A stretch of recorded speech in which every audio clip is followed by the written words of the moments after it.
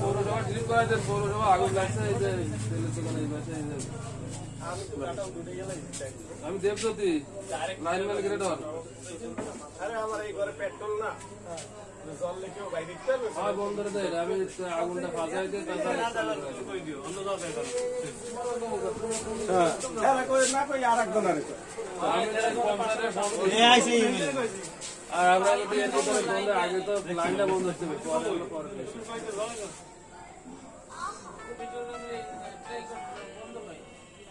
পানি নিয়ে আসুন। আইসে আইসে বিপুল আইসে